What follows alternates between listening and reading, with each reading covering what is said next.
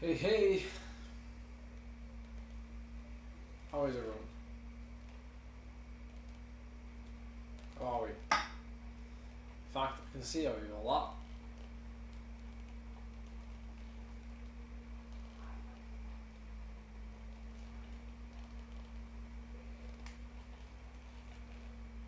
Let's put this over here. Put this over here. Bore da. Bore da is good morning in Welsh. Nostar is good night. Pryn hawn da is good afternoon. So da is good.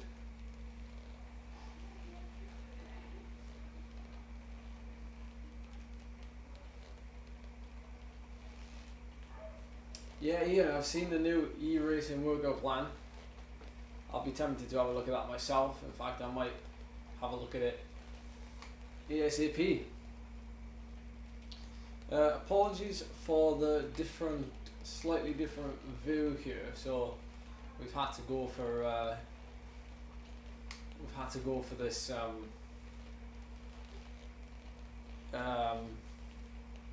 had to put the chat over there. I have to have it on display capture rather than game capture. For some reason, game capture is not playing ball today. Not that you can still see what I'm doing, and I can still see the chat. So that is the main thing.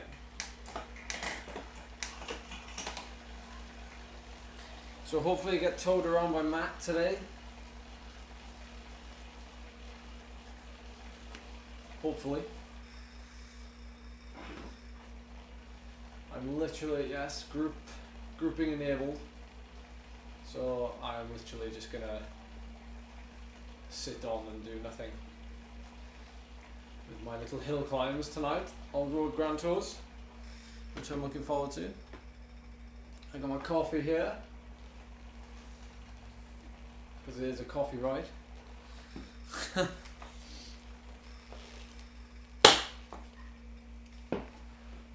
So I've named this a Q&A, but it could be called anything really. I just thought, being that for me I was going to ride very, very easy pace, like hardy pedaling, and I thought it might be an opportunity to ask some questions or just chat in general.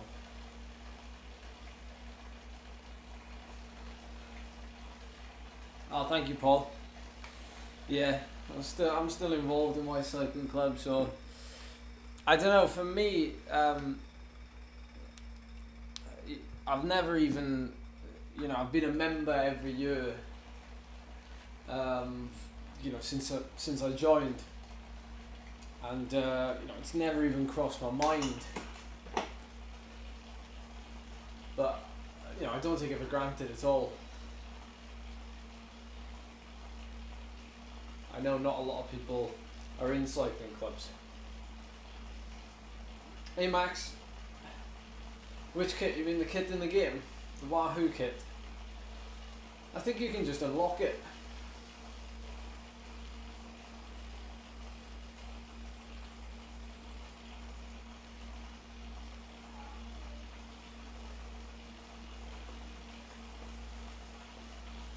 But I'm pretty sure you unlock it by actually, I don't know how you unlock it, the Wahoo kit. I think you link Zwift Wahoo to your Wahoo head unit or something, and it unlocks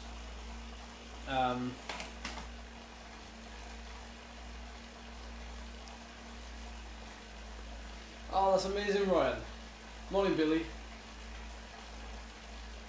That's amazing, Ryan. I think, yeah, padded shorts are a great investment. It doesn't have to be a physical cycling club, because, Bynea Cycling Club one I'm part of, we're still technically like down with the kids. You know, we have a Facebook page, we have an open one which has 1,000 members, and then we also have like a private one which you have to be a member of the physical club to be able to be able to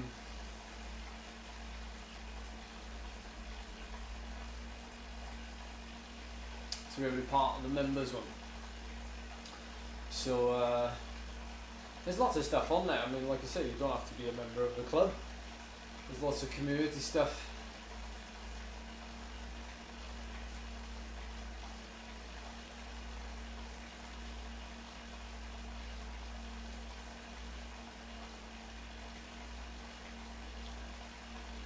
Oh no. Seems like we have a leak.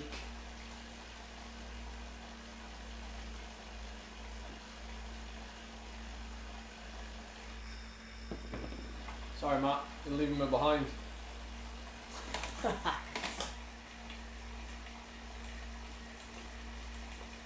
Oh, it's a nice coffee. Morning, Agnes.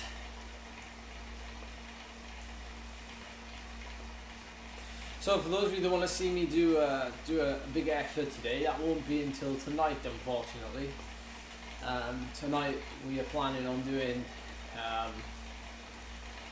3 events on road grand tours, and the 3 events include 3 hill climbs. They're going to be mass start hill climbs as far as I'm aware. Cycling Time Trials are actually endorsing it.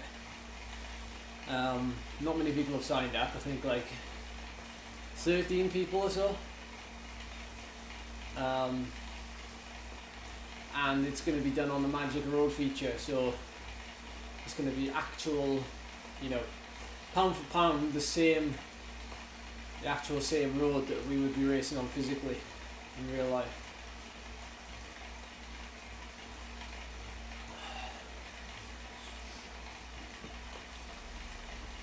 Yeah, it should be fun, Corinne. It should be fun. I mean, when we did that race last week, or last week, was it this week? Starting this week on Monday.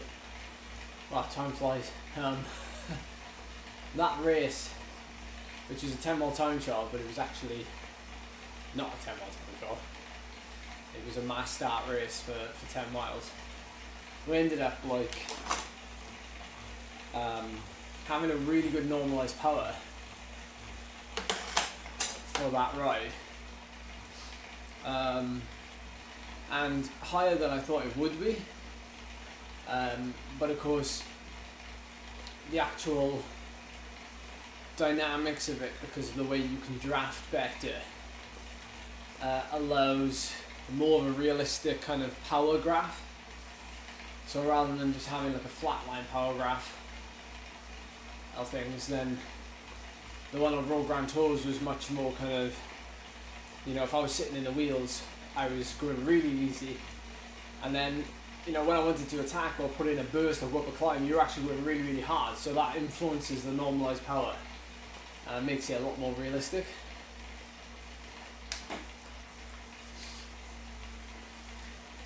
Hector, great question.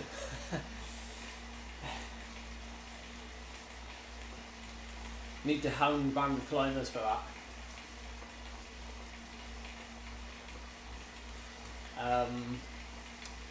The problem we've got, or we might not have it actually now, because things are starting to open up, but the last I heard, which wasn't that long ago, was that it's where they get the t-shirts made. They weren't able to get them made. Only what they already had in stock was available, so we're waiting on official message from the manufacturer so that we could potentially get the designs knocked up. I mean, they're not like complicated designs. So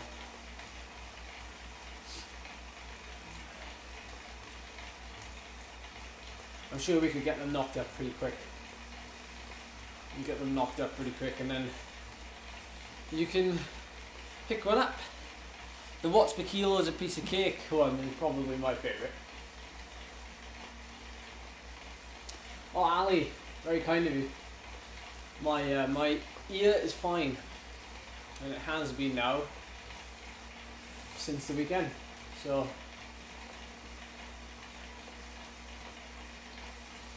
I think the t-shirts. So what I've seen on Bynea Climbers' his website is, some of you might know on Twitter. Some of you might know that. Yeah, I do. I love cake. Who doesn't?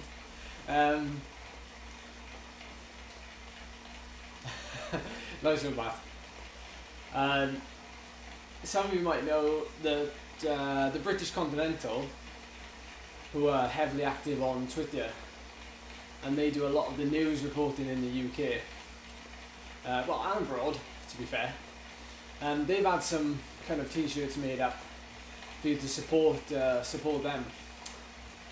And the cost per unit, so they retail at, I think it's $23.99 for a t-shirt. But British Continental get 90% of that, and then Bynea Climbers get 10%. So in effect, Bynea Climbers, and they don't make money on it. 10% for them. I wouldn't even have said they're breaking even. So what I was tempted to say to them was that in some way, and like I said, we haven't finalised any plans yet.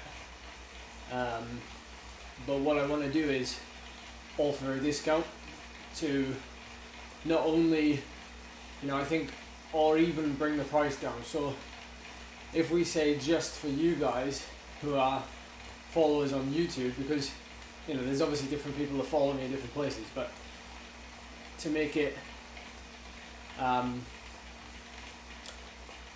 more personal for you, we'd offer a discount. And I think it's, if you're just going to buy one t-shirt, or if you're just going to buy one t-shirt, then that's kind of 20 quid that you're contributing to whatever I do. And I think if you just buy one t-shirt, which is 1 year, for 1 year, then that £20 is actually going quite a long way to help in a small way. But to be fair, I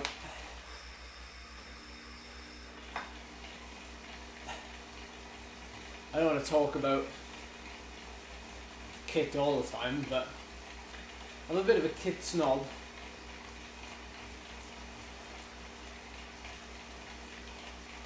Yeah, well, that's it, innit? That's it. Definitely Grim Reaper.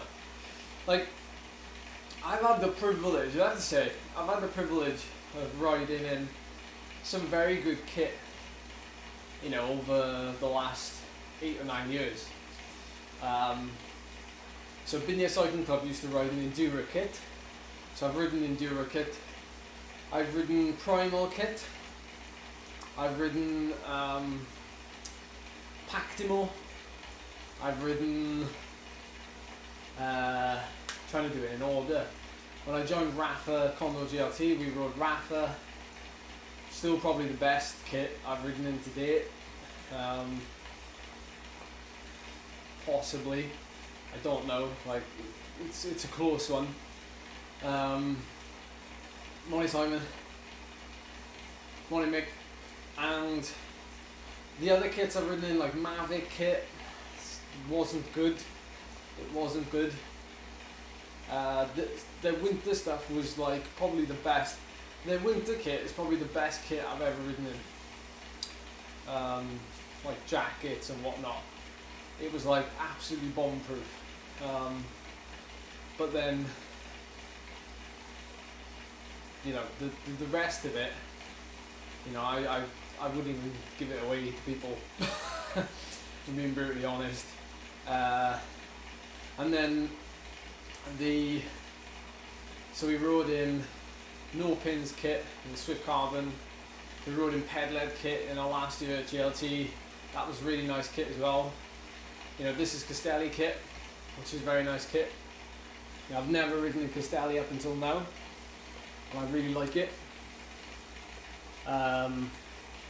But the Bynea Climbers kit, it's, to me, and I've said it to them already, if they sponsored a team, like an elite team in the UK or professional team in the UK, they would not have any like problems from the riders. Because when you sponsor a cycling team with kit, there's always going to be riders that'll go, oh, I don't like that, you know, that's crap, like, I'm not going to ride that, I'll ride my own thing.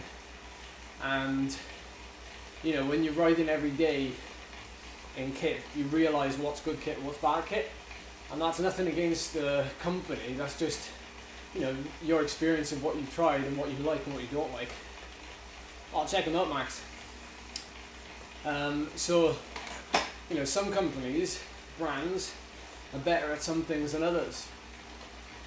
You know, then some are absolutely like horrendous at making like chamois or, you know, shorts. You know, like really tight in some areas and then like baggy in other areas. You know, they cut in, things like that. So all the kind of kits that I've tried, I've told Bynea Climbers, like, you'd never have any problem sponsoring a cycling team with your shorts and jersey. Like, the quality is that good for the price.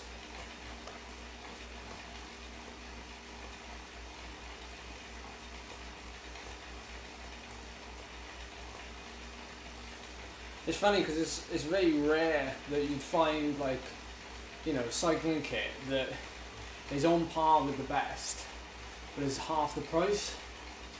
And you know, Wiggle have done that to a certain extent. I think with DHB, you see a lot of DHB kit around, at least I do anyway. And you know, that's kind of come a long way in the last few years. And it's actually like a quite good quality for what you're paying.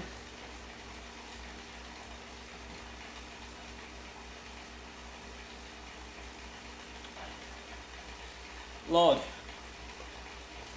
what for the hill climb inspired jersey,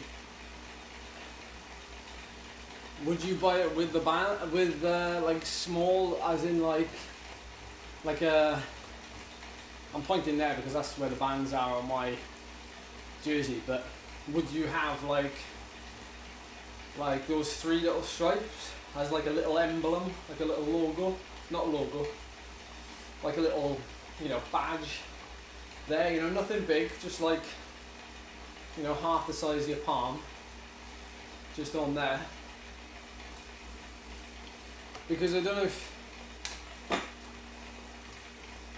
you know, I'm conscious of the fact that obviously not everybody's a British champion, and, you know, I don't want to say that and sound like an absolute tit, but you know what I mean. Like, I'm conscious of the fact that people, you know, don't want to wear kit that makes them look like, you know, somebody that's not entitled to wear it.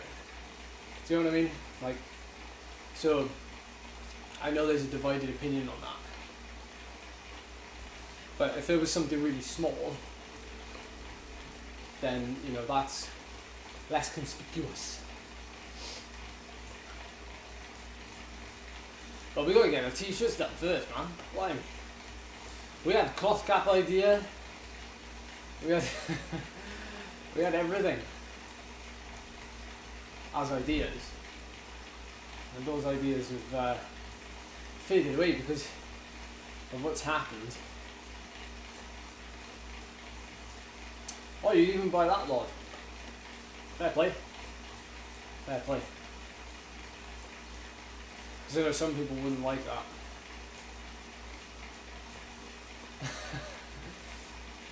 Well, they don't have to be 20 stone, Mark.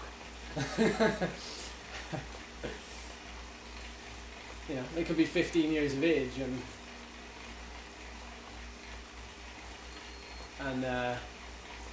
you know, a skinny little 15-year-old, and that could be their first shorts and jerseys.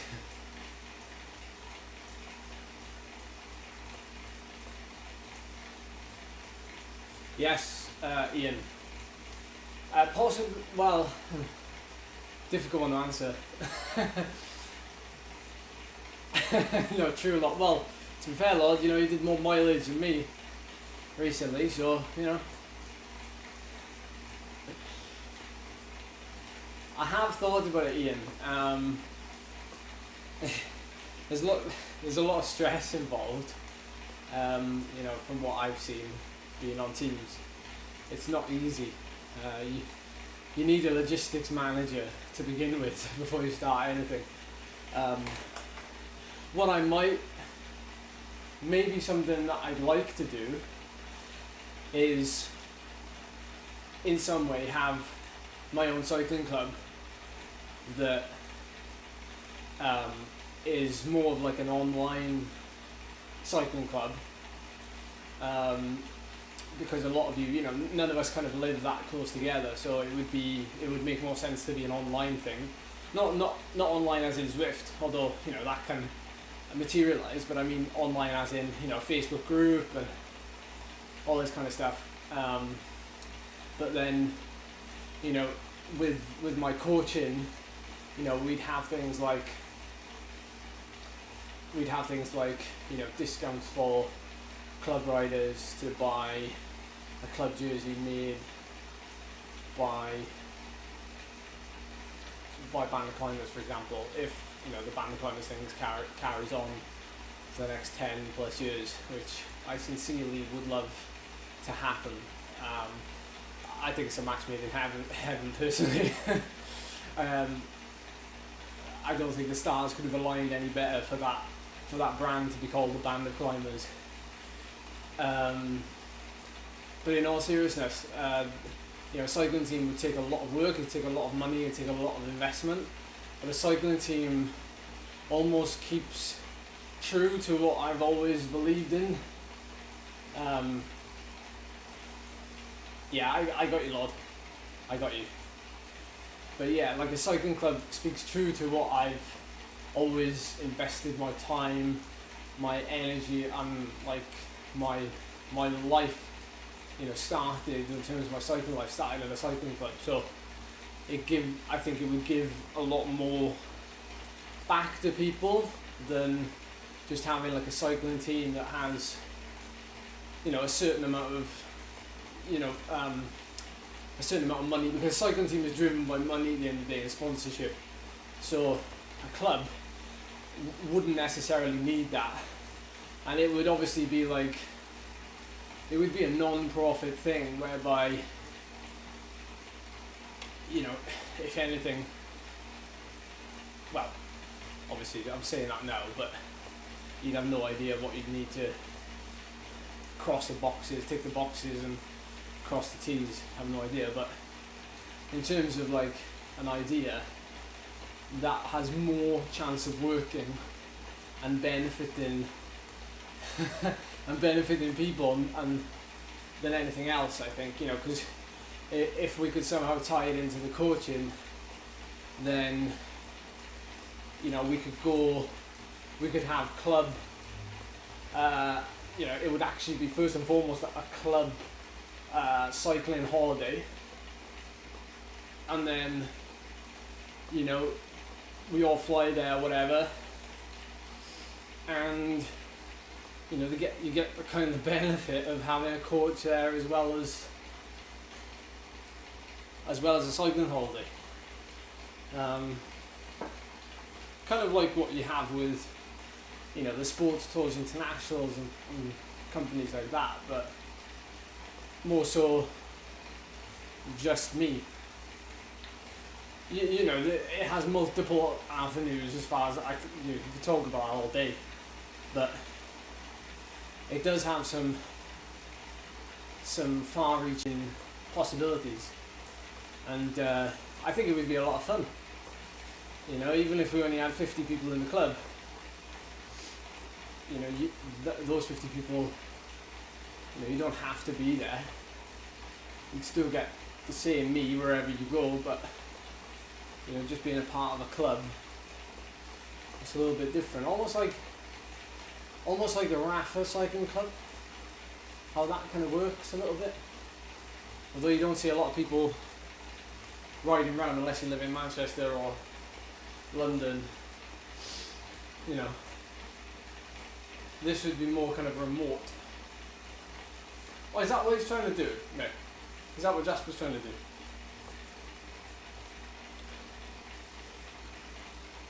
I fell. I don't wanna copy things.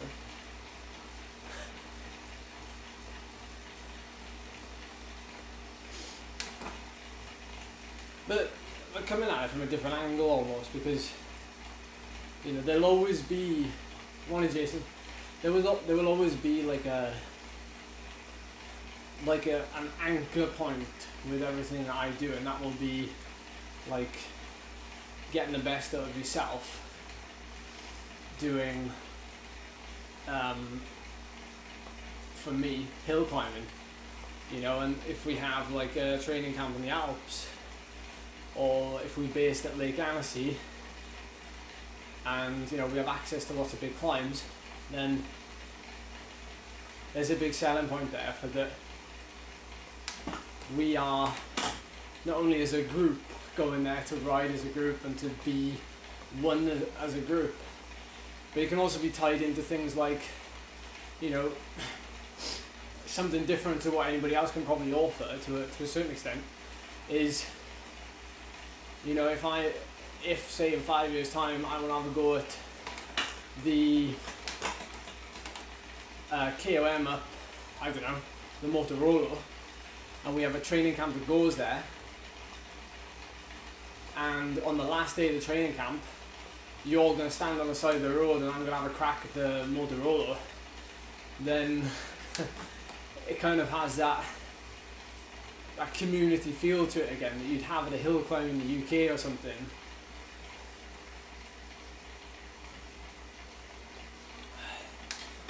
I'm sure you would, Ruben.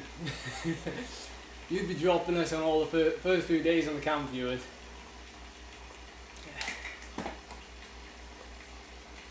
How are you feeling today, Phil? Good morning.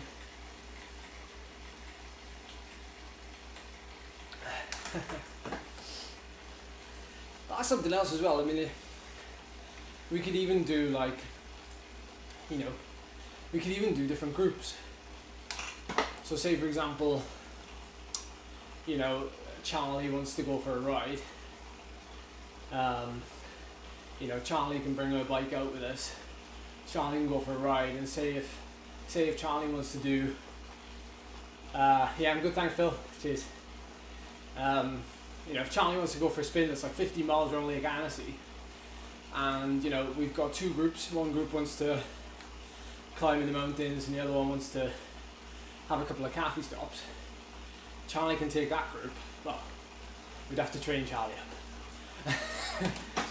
But you know what I mean, like, it can be like, that can be like the leisure group, and you can opt in and opt out if you want to go with that group or not.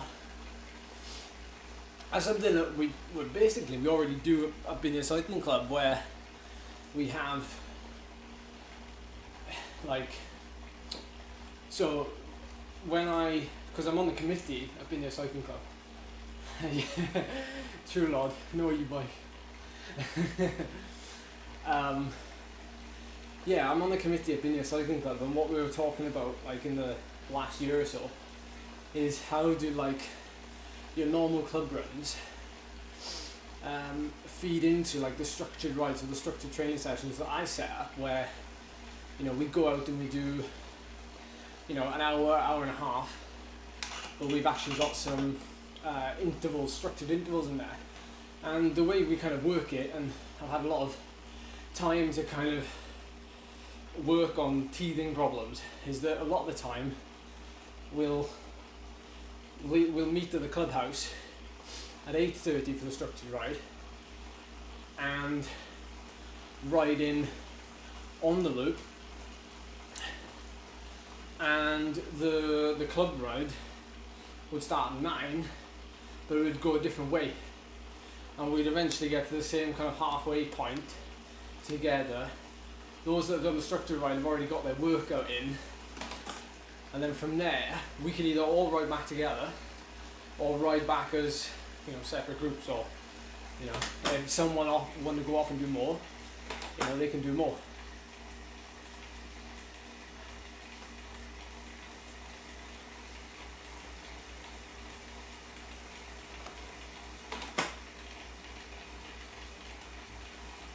Yeah, true, Kev.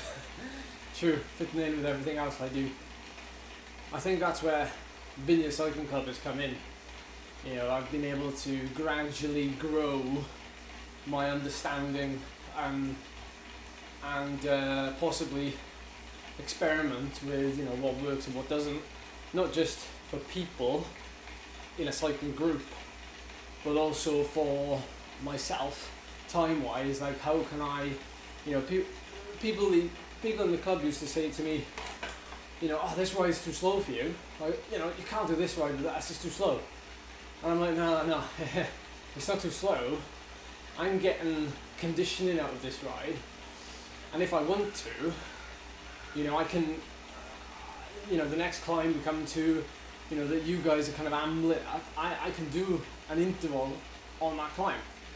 And okay, maybe it's not as structured, but so long as 90% of your training is structured to a certain extent, then you're going to get the same kind of benefit, So for me, if anything, riding with the club mates that I ride with and ridden with, if anything, it's holding me back, which is good, because then when I get to do the intervals on the ride, when it's important time to do them, I actually get more out of them, because I'm not, and that's another way of doing it, Ruben, like the hard intervals before.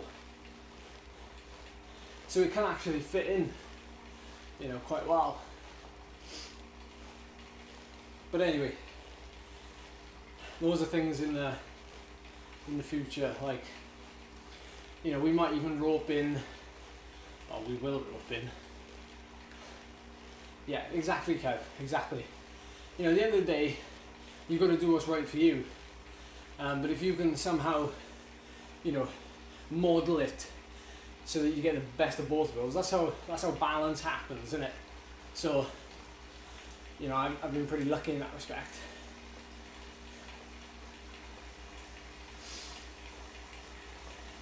Yeah, Strava Club, definitely. Well, I definitely I try to incorporate people. Oh, who's this legend that's just joined the chat? Where's the mods?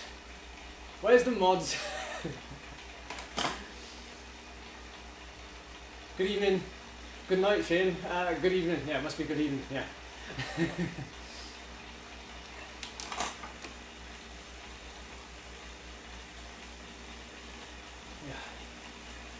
Yeah.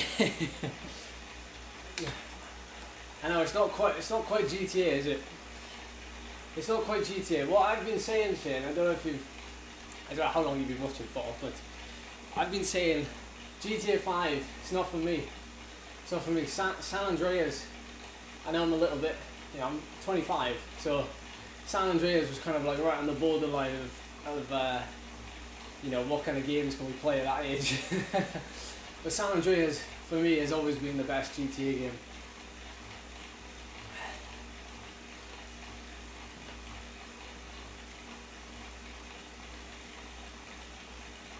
Phil, pipe down. Stop talking about Miami.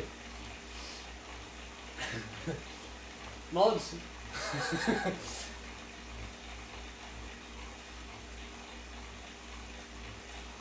Ah, that's a good question, Ian. So the Tickr, the new Tickr X, being that Shane is here as well, but the Tickr X, it knows your cadence, but it doesn't know your power. Phil's listening to Will Smith's Miami song. That's what I got stuck in my head.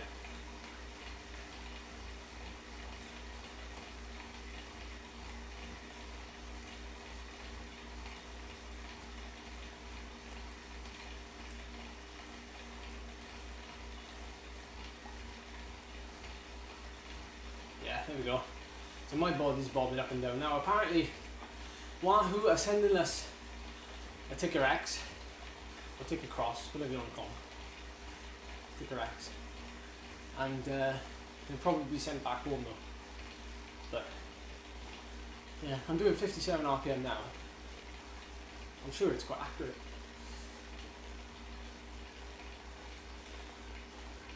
I quite like this, to be honest. I quite like the Tickr Fit. It's quite a neat piece of equipment, you know. You don't have to put on a cold heart rate strap, or you know, you could even wear it up there to enhance the guns, which I probably need to do, to be honest.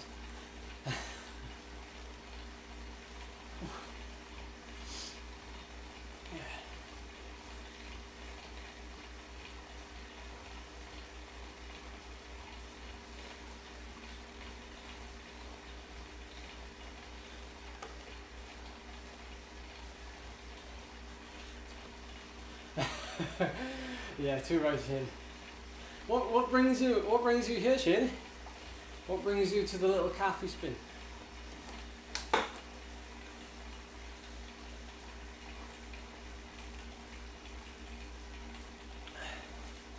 I don't wear it outside. Well, I haven't ridden outside for 8 weeks, so I can't quite answer that. But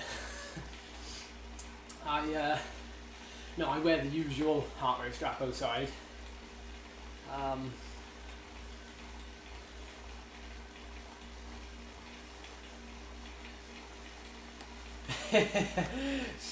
The competition. There's no competition over here, Shane. There's no competition over here. Maybe in watts per kilo wise, if that's what you're talking about.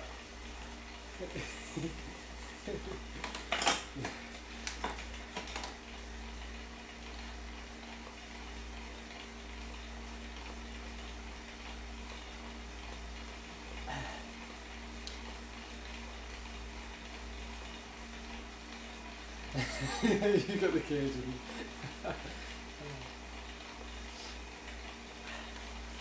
you. I'm trying to make the most of it before that happens. Give me another 10 years maybe. Or it might be less than that, I don't know.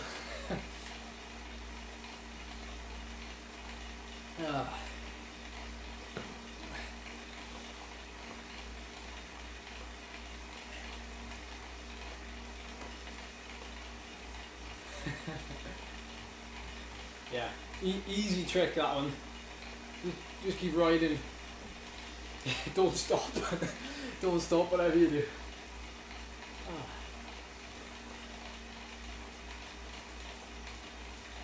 Top jumps, yeah.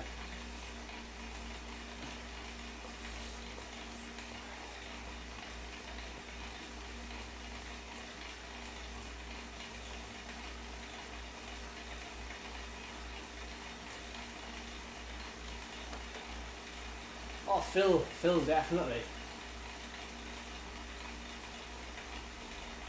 You don't get a personal invite before the official release.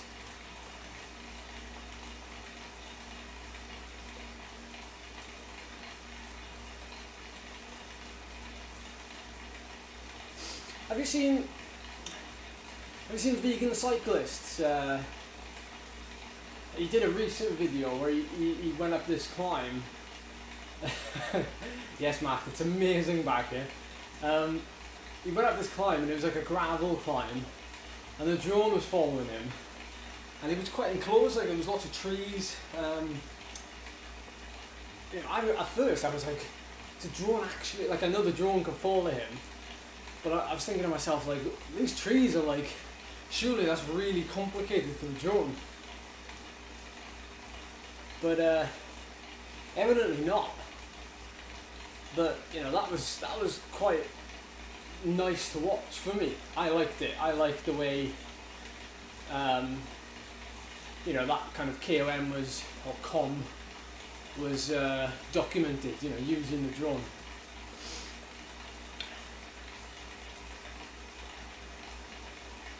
Yeah, true, Shin. Very, very true.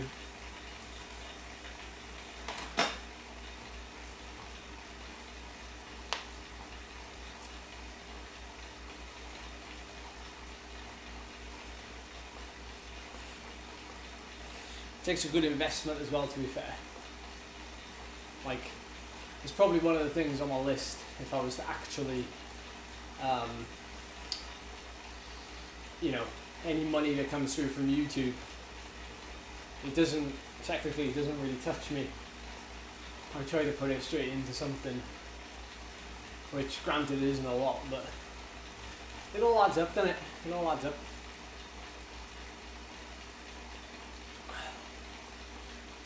A weapon.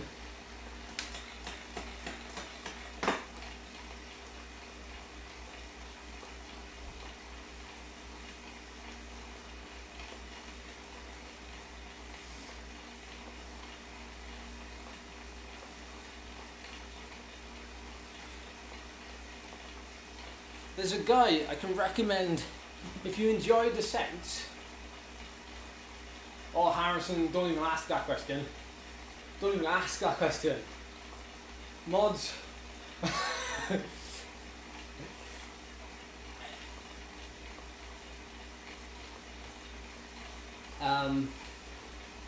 No, it's a complicated one, Harrison. Oh, fair play, you did a great ride. Nah, it's out of our hands. It's quite political, I think. Maybe it would be Phil, wouldn't it? Like, we get some classic drone, not just drone video footage, but even some still shots of me going up some of the climbs. You know, that's what I'm talking about. Yeah, that's true, Harrison. That's true. I was going to find you a YouTube channel that I've just found. Some of you might have already heard of it, so I apologise. But see if I can find him. For those of you that like downhill cycling on the road, obviously. So his name is, or the YouTube channel is called Saint Piran. So SAFA in capitals, space Brian, and lives out in Malibu, I think, in California. There's 30,000 subs. Just posted a video yesterday. It's basically like POV videos, but of like absolutely going full send down descents that really make you think, like, you know, I mean, those are like perfect descents in a way. You know, perfect smooth tarmac. You know, no potholes, no bumps and stuff. Yeah, so he's got a new subscriber in me because I really like that. It's different, obviously, to what I do. It's very fast paced and, like, you know, you're just barreling down the centre. As we're up a climb, everything's in like slow motion. I love descending. That's why I love climbing so much. You know, I don't care what we say, like, the reason why I climb so fast is because I can get to the descent quicker.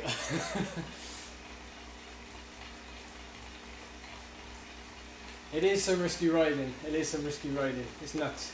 But I think, you know, if you know the descent, if you know the terrain, then you know the lines and things. If it's a brand new descent you don't know, you know, that's like, phew. Hey, thanks Shane. Thanks bud.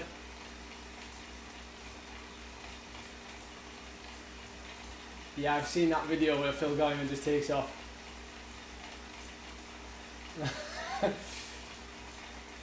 We could definitely do a descending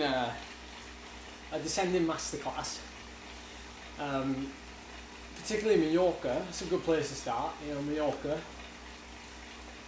Because you get some short descents. The problem with the UK is, you know, you've got bar tarmac, you've got like,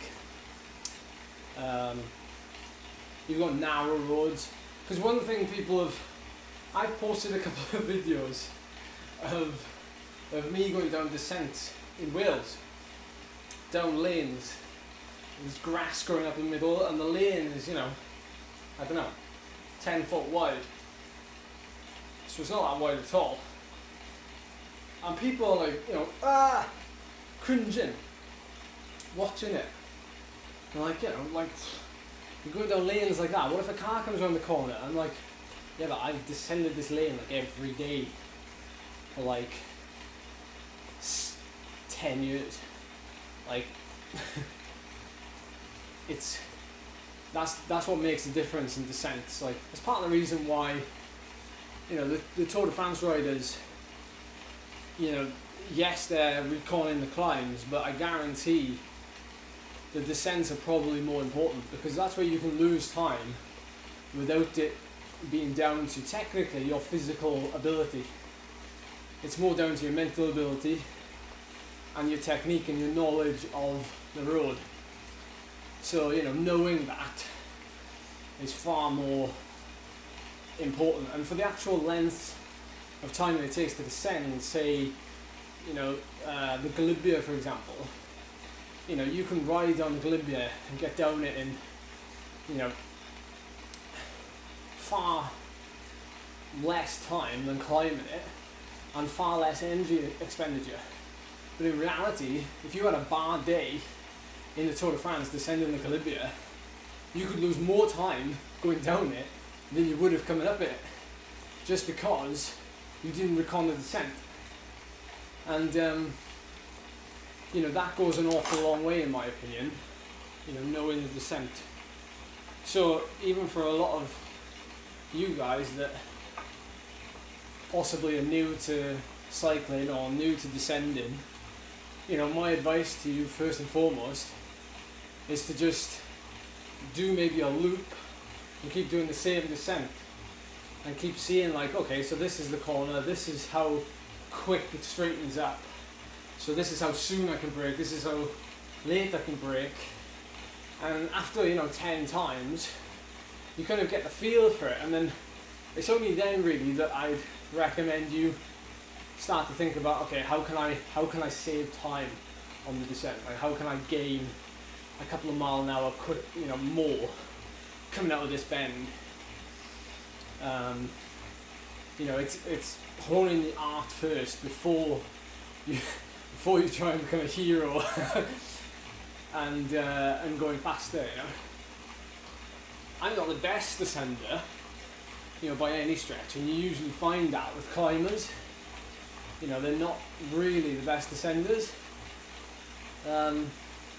most of the time. But I've been put in situations in races. I was telling Mandy about this. Mandy's from back home. I was telling her that, funnily enough, like, I'm not the best descender, but I love feeling like I'm being pushed well outside of my comfort zone. And there's been a couple of races, you know, where that's happened. You know, I've had a crash a month before or something, and we've gone out to the Tour of Japan, and those descents, even in Korea, you know, a lot of the time you're racing on big, like dual carriageways, and these dual carriageways have a tiny little groove going up the centre of the road, and you're coming down these dual carriageways. As you'd imagine, they are actual dual carriageways, like 2-lane, you know, things that you have full access to. And we're going down them, and you've got like, all of a sudden you're doing like close to 90, 100k an hour, and then you're braking really hard into a corner you've never seen before in your life. And, well, I tell a lie, you know, you can see it on your Wahoo, you can see how sharp the corner is. You know, I've seen riders crash, you know, I've seen riders think that the corner is not as sharp as it is, and they've gone off the edge. You know, I happened to corner done one year, and I was rooming with him at the Tour Korea, and he went off the edge over the barrier and into a tree. And it was only because he had race radio that we actually knew that he'd gone over. So it was pretty frightening. But then, you know, the Tour of Portugal again, the Volta of Portugal, when I did that, you know, again, not the best descender, but when you have to stay, especially in those races where, you know, you come over a big climb and you're like, oh wow, you know, I'm in a front group of like 40 riders here, best climbers in the race, and then you come over the top and you haven't got as much sliding room, you've only got 40 riders to hang on to. So when you get over the top and you start coming down the descent, and you're like, oh, you know, I'm cacking it now, like this is quick and this is technical and there's people dive bombing me and there's people coming up on the outside, you end up slipping further and further back. And when you get to last man in a 40-man group, you've got no option but to hang on to number 39. And it's in those situations where you realise just how much it means to you to be in that front group.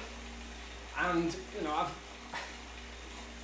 more often than not, like, I've been in that situation, you know, like in the Tour of Portugal, where I made it over the penultimate climb with one more climb to go.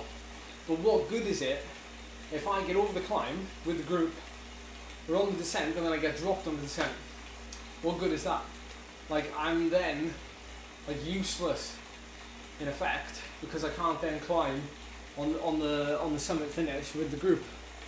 So, you know, in the early days of my career, that was a regular occurrence, and now not so much. But it's always like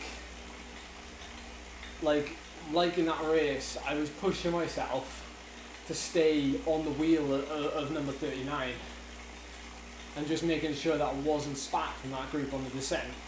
And, you know, some of the descents are, you've got a crash barrier, and there's like a bit, you know, you can't see it, you know there's a big drop off the other side of it, and more often than not, you just, some of the lines you're taking, you just go like this. You just take your brain out. You literally take your brain out, because your brain is there to save your life.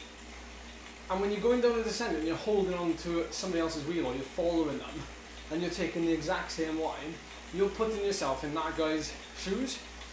And if you don't know him, or you've never ridden with him in your life, how would you know he's taking the right lines? So it's like,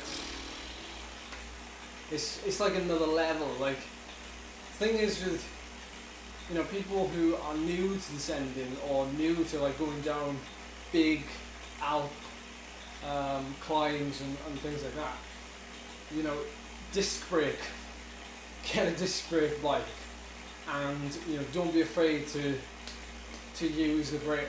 They're better than rim brake. Rim brake, you could burn through the rim, you could blow a tyre, you could do anything. So, you know, it would definitely help you, you know, a disc brake bike. But, you know, that's the thing, like, those big descents are daunting. You know, those big descents are daunting. And you're almost itching, you know, especially when you're racing, you're outside your comfort zone, you're itching for that descent to end, so you don't have to be on the ragged edge trying to hang on. Some people love it, and they'll be in the top 5, and they'll be absolutely like killing it for every corner, knowing that there's people like me who are swinging 40th wheel. You know, so it's like a completely different Oh, 100% Ruben. I 100% agree with you. Definitely. Like, Max, you're riding with me. I can't see the. Oh, it is you. You're right on. Hey. Nice one. Sorry about that.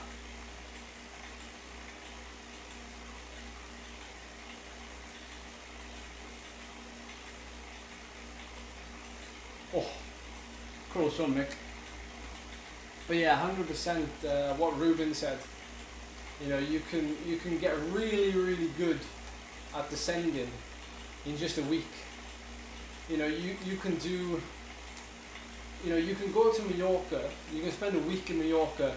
You can call it a climbing camp, but a climbing camp will also be a descending camp because you've obviously got to get off the descent, off the climbs. So you know, over the course of a week, you'll naturally get better, and then when you come home to the UK or wherever you live, you realise there's no crap for descents are in the UK. You know, well, not crap, but they're not. You don't really need, for the most part, you don't really need to think about descending in the UK. Yeah, you're right. There's a lot. The unexpected in those videos could definitely come out of nowhere.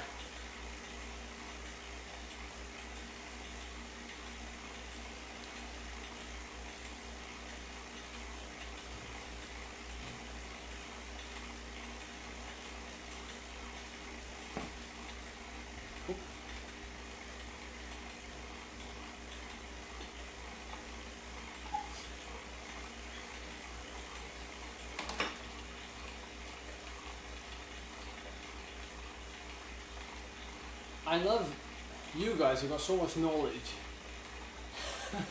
about like climbs or places you've been on your bike. Completely trumps me. Band of climbers keep doing these like quiz things where they say, you know, give yourself a point for every climb you've ridden in the Alps. And it's like 20 climbs. And I'm just like, yeah, 0. Just every time. And people are like, no way, like you must have ridden like World War II or something. I'm like, nope, I've not ridden any, I repeat, any climb. In the Alps, Pyrenees, Dolomites, like Sierra Nevada, you name it, like, and that needs to change. That needs to change, like definitely next year. We're going to go on full rampage, exploring some of the best climbs and descents.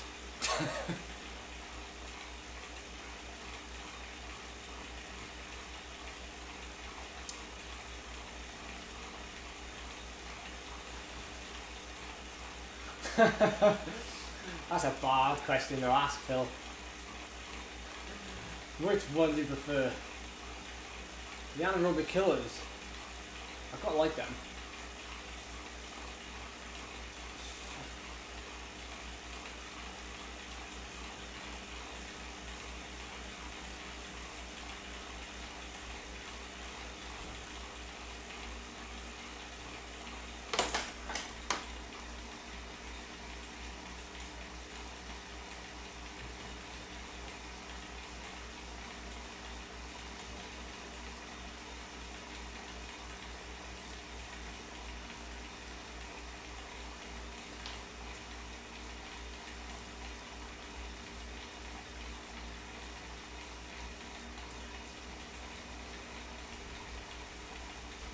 Yeah, true that, Lord. Very true.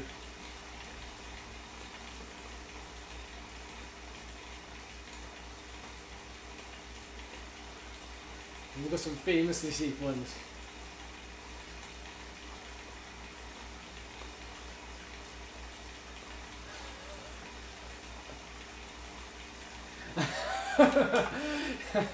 Yes, Phil. Oh. Yeah. You'll be able to know what all this talk is about. Oh, goodness me. Ah. I've just come up with a couple of new good ones as well. They're in the pyramid style. It's not something you see a lot of actually, is pyramid interval workouts. But I've devised a couple. I've called one the ultimate pyramid, which I don't know. I'm thinking of changing the names of some of them because, you know, like some of them might like put you off maybe. I know if I was to read that, I'd be like, ultimate pyramid.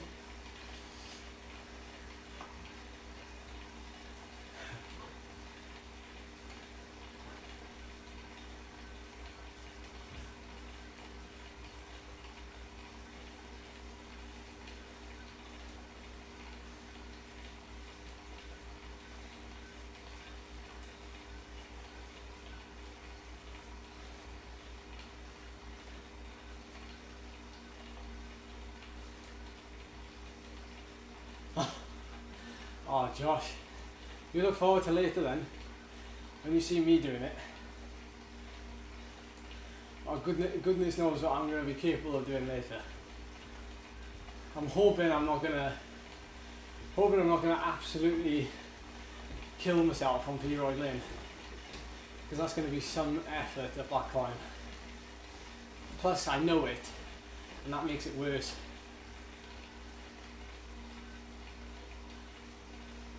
Yeah, 30-15s are great. Pretty much replace the traditional 5 by 5 minutes. The 30-15s. Although, you know, each to their own, like they all serve a purpose in a way. There's no magic workout, so to speak. And one doesn't really replace the other.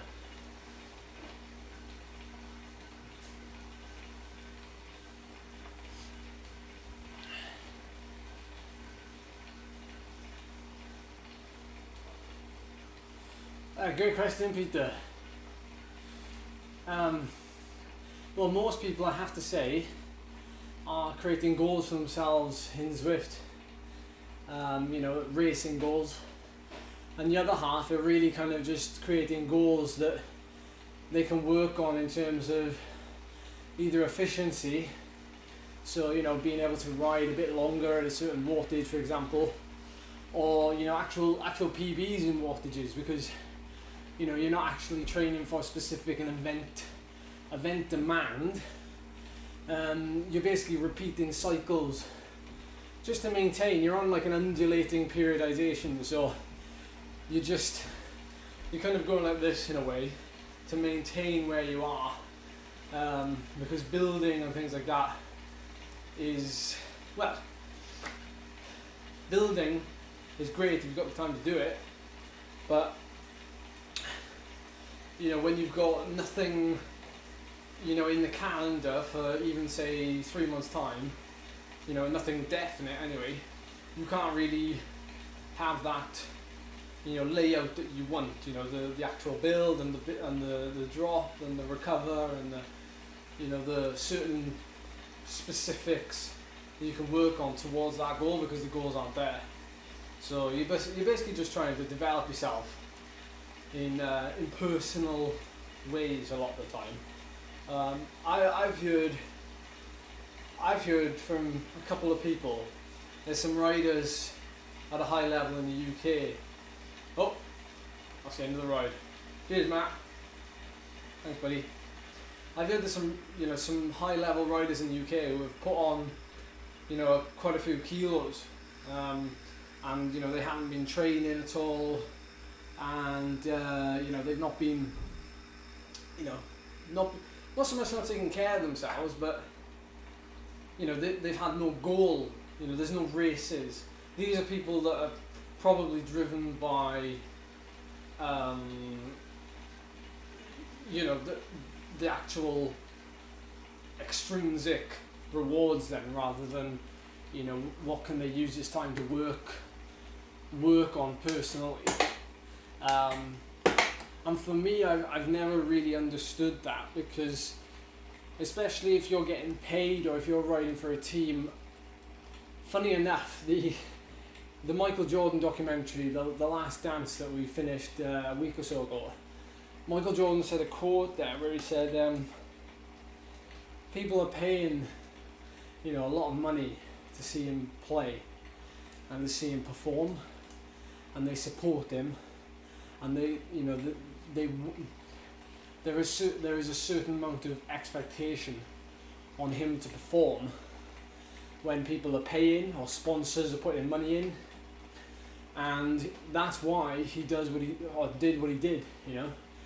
He trained, he played, through injuries, through sickness, through everything, because it was like he owed it to people to show up and to still prepare and perform, even when he didn't want to, because that's what people were paying for him to do and to see him do.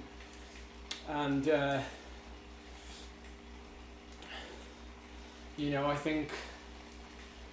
I think to a certain extent, sponsors would look at some teams. I know teams aren't in a great position as it is, with lack of racing, but some sponsors, might look at teams or riders, as individuals and say, well, why isn't he training?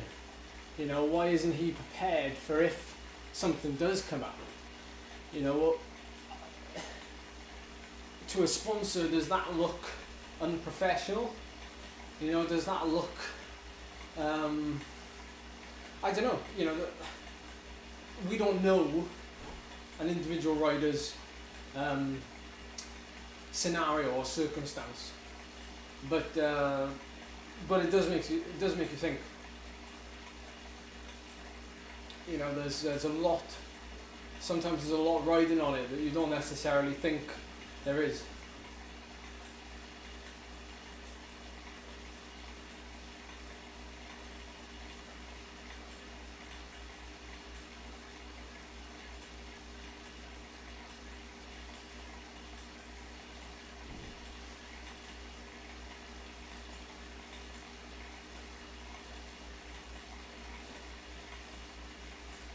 Well, who's coming to watch?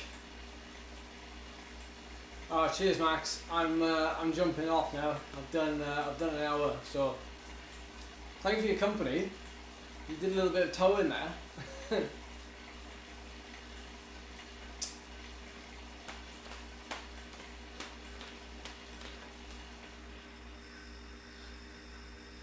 So I hope you're gonna jump on and watch my 3 hill climbs back to back later. That'll be a good spectacle on Road Grand Tours. We've got P-Roy Lane, we've got Streatley, and then we've got Bynea, which is the highest road pass in the whole of the UK. Starts at, let me find it.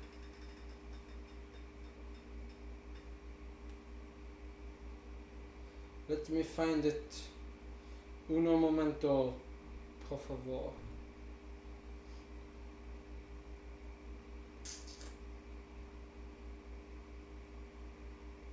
Yeah, I'll put a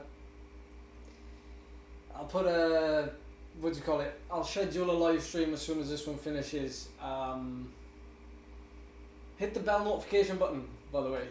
So many of you have done it already. By the way, on my YouTube analytics, apparently, I think it's like 5 to 20% of people's subscribers usually click the bell notification button, and we've got 8. So we are kind of, so 8% of the people that subscribe to this channel have pressed the notification button, but the average for every channel is like 5 to 20. So that's pretty, well, it's better than I thought, considering I don't usually say press the notification button. So some of you know about it already. Fair play. No worries, Phil. Okay, so tonight's racing, P-Roy Lane starts at 5 PM British time, and then that's literally like a 2-minute hill, if that. And then at 5:30, so half an hour after that, is Streatley, which is like another 2 or 3 minute hill. No worries, Matt. No worries. And then the final one, Be Like in a Bar, starts at 6 p.m. and that's a 9.1 kilometer climb at 7%. 9.1 kilometers at 7%. And so far, 14 people have signed up.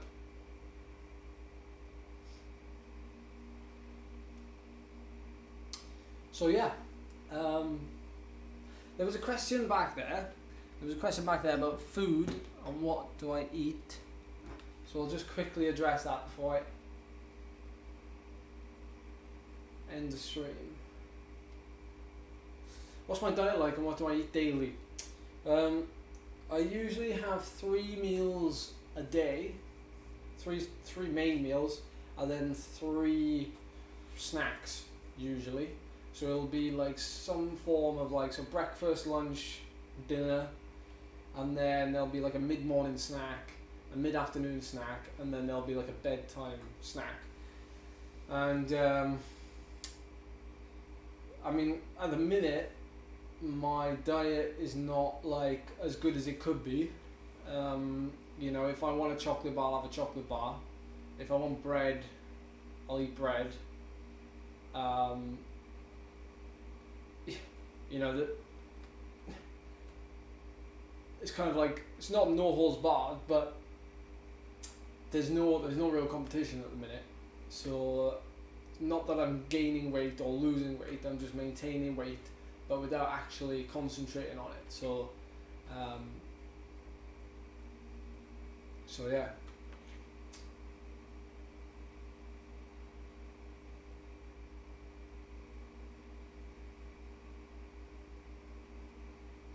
I know, I am very tempted, Rich, to get out on the road. I'm very tempted.